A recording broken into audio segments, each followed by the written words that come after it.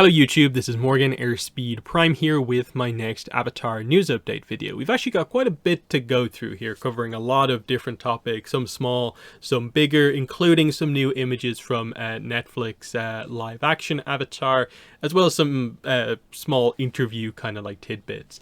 So I'll start with this, just a little bit of a random one, but there is a LEGO Ideas Avatar set that is getting pretty close to meeting the goal. So LEGO Ideas is basically people submit ideas, fan created.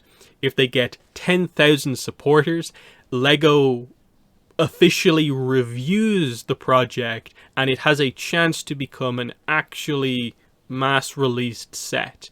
I believe Avatar has had once or twice a set get to the review, but it's never been approved, obviously, since we've never had a LEGO release since the very early days where we did actually have some Avatar LEGO back in like 2005, 2006. So it's just one of those ones where it's getting pretty close. 8.4K needs about 1,600 more, and it will be submitted for an official LEGO approval. So, you can sign up for LEGO Ideas and support this. That's, I think, all you need to do to add to the tally.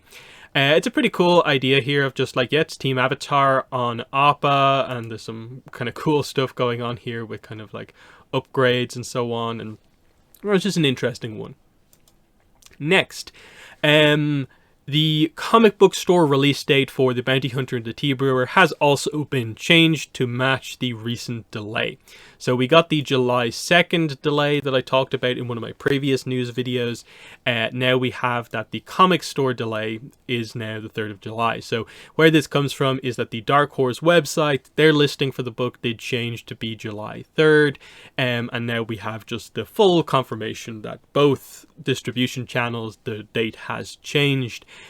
So just keeping you guys up to date on that. The book is now out in July. Then a bit of an anniversary thing here. Obviously, it's not a hugely significant anniversary, but 9 years since the end of Korra happened on the 19th.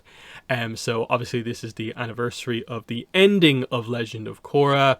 It's the Korrasami anniversary, whatever way you want to put it. I have a pretty interesting thread up on Twitter if you guys want to check it out. So I'll link this one in the comments below, where I just talk about kind of my thoughts on, reflecting on Korra, which is nice to do every so often. But of course, it is more next year, the 10-year anniversary, that's going to be the bigger one for Korra, 10 years since it ended. And then just getting into a little bit more on this. So obviously we covered in my last news video the idea of the 2025 movie now seems to be undated. Again, there's a weirdness around this where it hasn't been super heavily reported. We don't really know where that website got that information from, what exactly it all means. Avatar Studios, of course, don't communicate, so we don't really know what the situation is.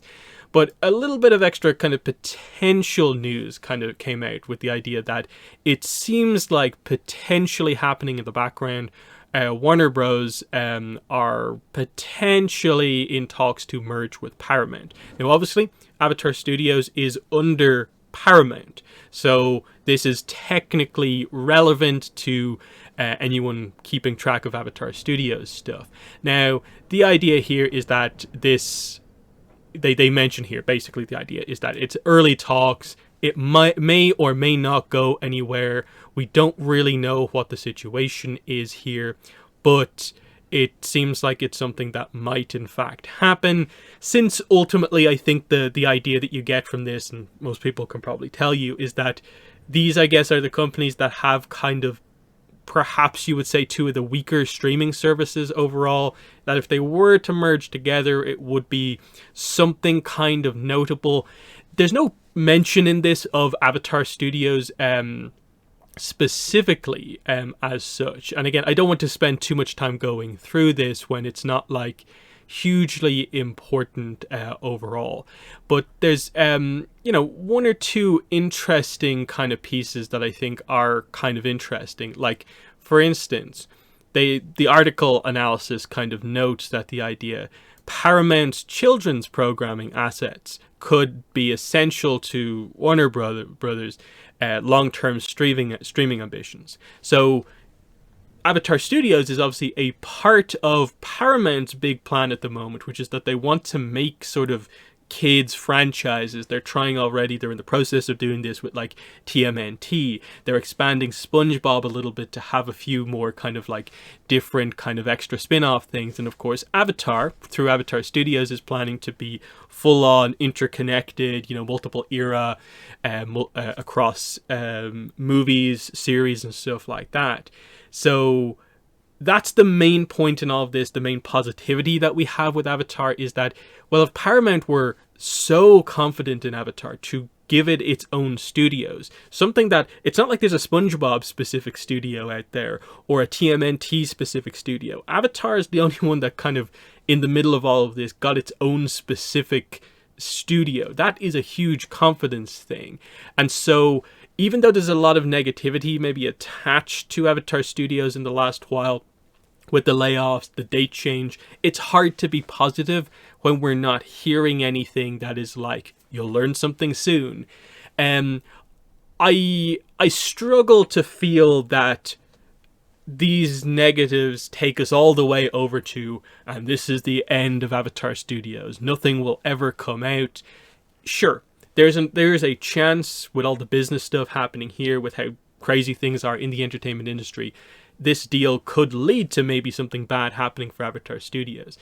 But the idea still is that it's kind of the streaming wars era, and Avatar has a huge potential to be a major draw for any streaming platform that has new Avatar content. We know it's huge. Avatar came back to Netflix, top of the results. Korra did really well as well. We know Netflix Avatar is going to do really well, and we'll talk about the kind of some of the more hype around that in just a minute. So that's the way I view it here, is that the only thing that could probably go wrong is if this deal happens and maybe Warner Bros. Are more of the kind of controlling kind of partner in this, and they don't maybe have as much hype behind Avatar. But I assume if they took over Paramount's assets, they'd realize that, hey, you've got Avatar and you're potentially working on all this stuff. Why would they just shut that down before they even know how well it is or isn't going to do? And that just gets into like stuff about production on Avatar Studios that we don't even know about overall.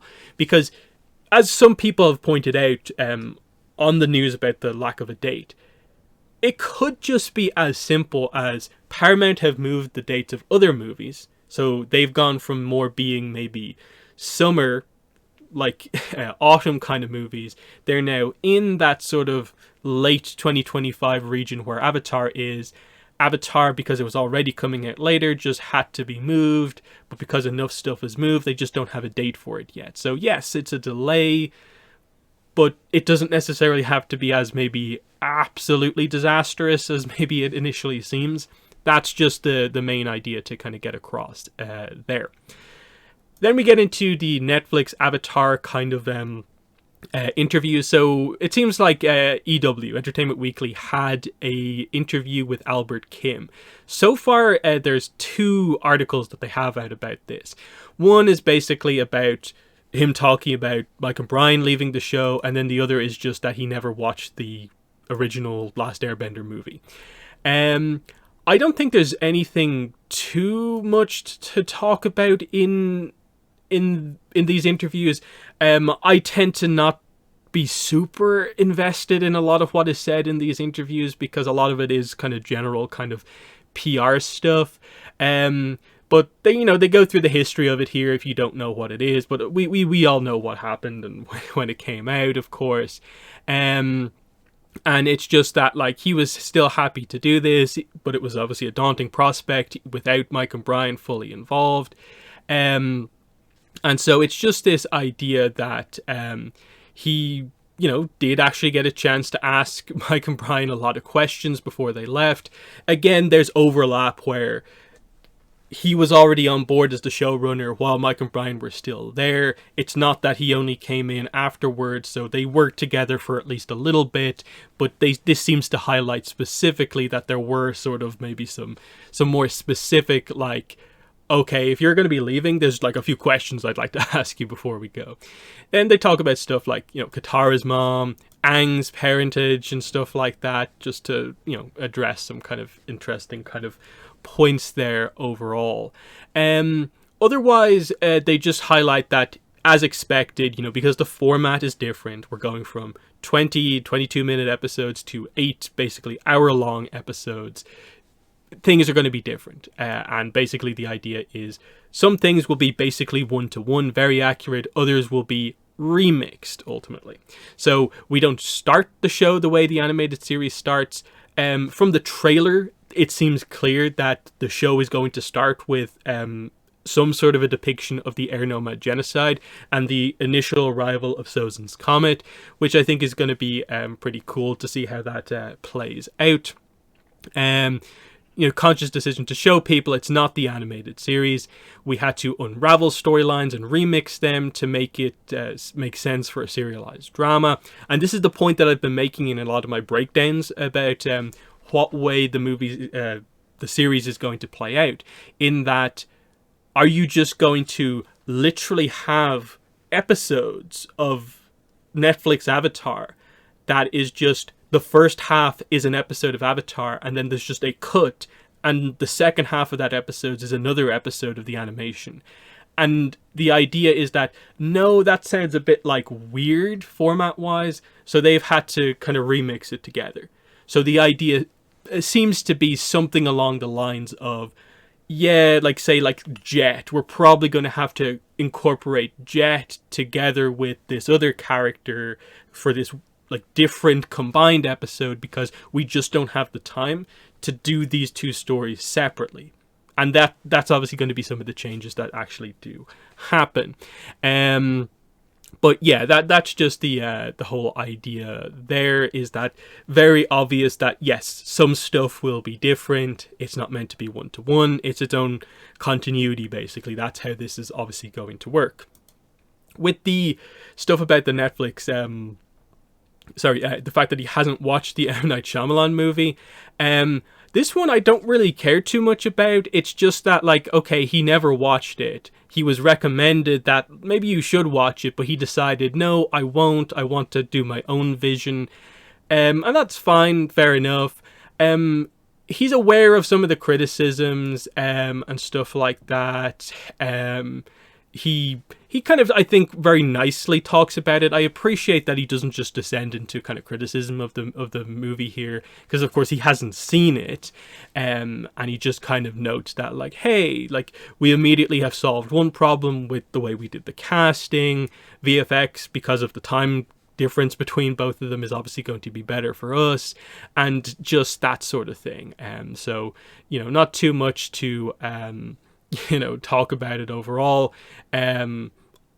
I can see why they specifically highlighted this, but I also think it's a little bit like, oh yeah, of course, the let's highlight the Last Airbender movie negativity here. I do feel it's one of those things where, like, I feel he maybe should have just watched it just to be able to actually talk about it himself and purposefully make decisions to not do this or that specifically. But it's fine. I appreciate he wasn't like overly harsh or negative towards it there. Then we get into the new stuff that just came out like within the last hour, and that is that Albert Kim, the showrunner on Netflix Avatar, teased that today, the 21st, is the winter solstice, of course. Basically teasing news that something was going to happen. I think most people were kind of saying, like, is it going to be a trailer? Are they finally going to deliver a trailer, the full trailer? I kind of felt like it's a possibility, just because it's coming up to Christmas. It would be cool to do maybe an early full trailer just because of the time of year that it is.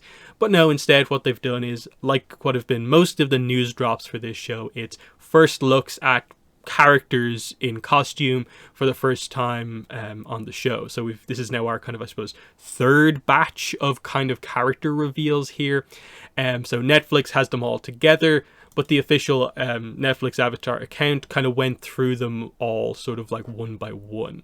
So we started with this and the kind of teaser, and we got the Aang meditating, obviously during like Winter Solstice Part 1, the Spirit World. And you do see the kind of Heibai kind of panda statue in the background, so that's kind of cool. You can see a little bit more of the detailing on Aang's staff here on the side as well, which is kind of nice. It has the air symbol there. Otherwise, pretty nice, kind of accurate. This is obviously meant to be the idea of whatever way they're going to do it here. I do wonder, will they correct the errors with the original here? Because, of course, this is even in the animation, this is the episode called The Spirit World, but we never actually go to the Spirit World because it's just Aang's spirit separated from his body, but his spirit is still in the physical world. Hence why he can like look at Katara and stuff like that. So that's a weirdness. Is he actually going to go to the Spirit World here, or are they going to do it in the exact same way ultimately? That's the kind of interesting dynamic here. But still, kind of cool there. But the reveals then started. So then we got, meet Gran Gran, esteemed elder of the Southern Water Tribe. So, makes sense. Here we have a Gran Gran. And yeah, very much in line, I think, with what we've seen of other kind of Water Tribe characters. Very cool looking. The hair looks pretty good. The kind of winter coat looks very nice here. Not too much to say here in that we obviously are not going to be seeing a like huge amount of Gran Gran or Kana within the series, but really, really nice to see her included here. Then we got the reveal of obviously another image of Suki, but also Mayor Yukari, who is Suki's mother. Now, we've known this for a while. They announced this when they announced like the actress and stuff like that. But this is one of the bigger kind of, I suppose, changes that's actually happening in the live action, in that this is the first time the live action has a full-on new character. Suki's mother is never mentioned in any way in any of the official material for like the animation continuity. What is interesting, though, is that she is the mayor. Now, there's some weirdness around Kyoshi Island and the way the different villages all work that make up the entire island, in that I don't think there is an actor for the character Oyaji, who is otherwise the leader of Kyoshi Island as we see it in the animation. So this does feel like it is more of just a different continuity kind of detail here, that to probably place more importance on Suki and stuff related to Suki, why not have her be the head Kyoshi warrior and also her mother be the leader of the village, to add just to what's going on here, rather than Oyaji, who's a little bit of a like kind of like odd character. And obviously it felt maybe perhaps retroactively a little bit weird of like, why is he the leader of the island when otherwise the focus is so much on like women warriors, it's like Kyoshi's island and stuff like that. This thematically makes maybe a little bit more sense. But it's interesting because you wonder like, how exactly is this going to maybe reflect back on the series? Like, maybe the exact details of this in terms of like, you know, Suki's mother is the leader of the village is not true. But it might be canonical for the animation continuity that the name of Suki's actual mother, because she has to have a mother, is Yukari. But within the animation continuity, we don't know anything about Yukari. Like, just the detail of her name could be canon, but what she actually does is separate between the continuities. That's kind of my take on it, at least right now. Then we get the Mechanist here. So meet the Mechanist, an inventor from the Earth Kingdom.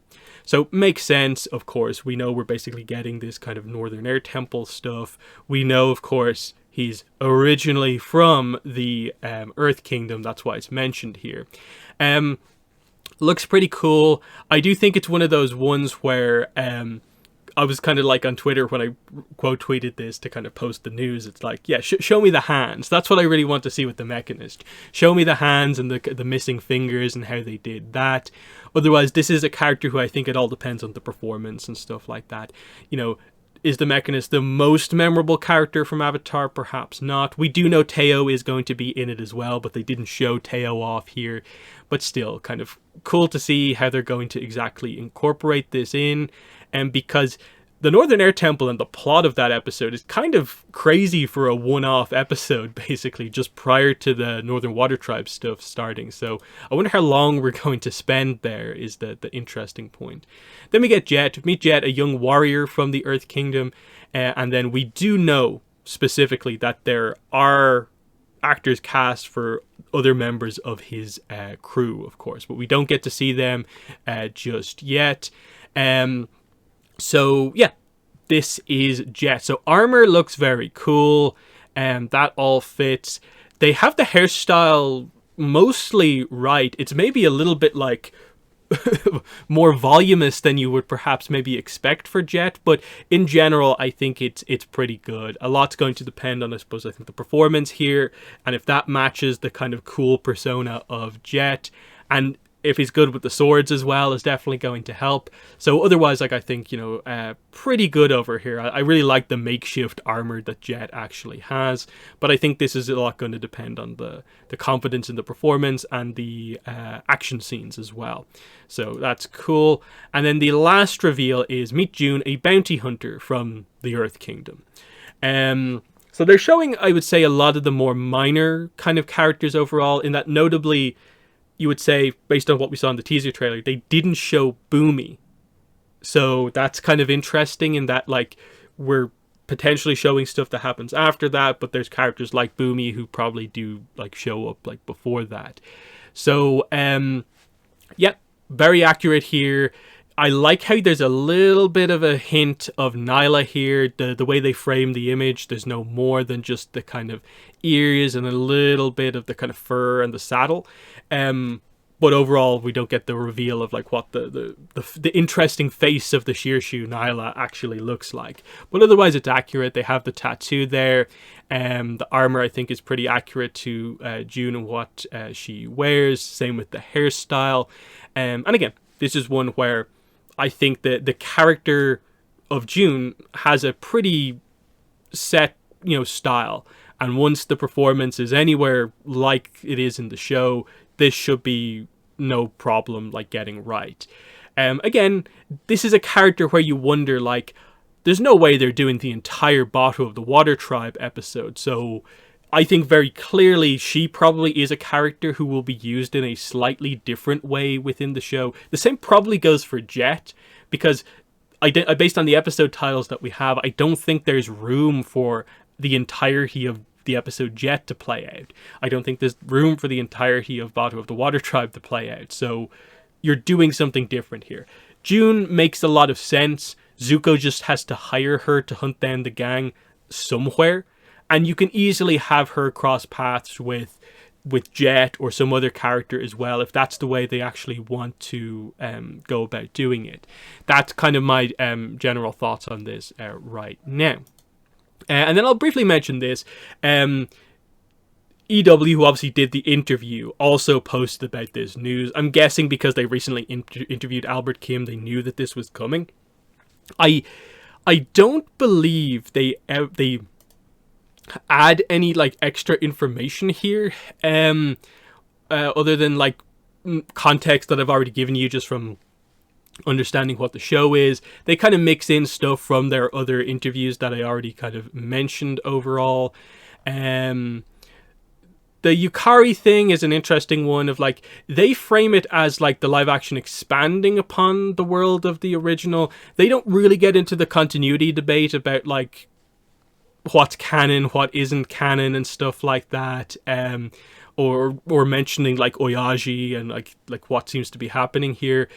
So I do think this is just EW reporting on the news and just linking in their other articles rather than it being insightful into the images beyond what we have.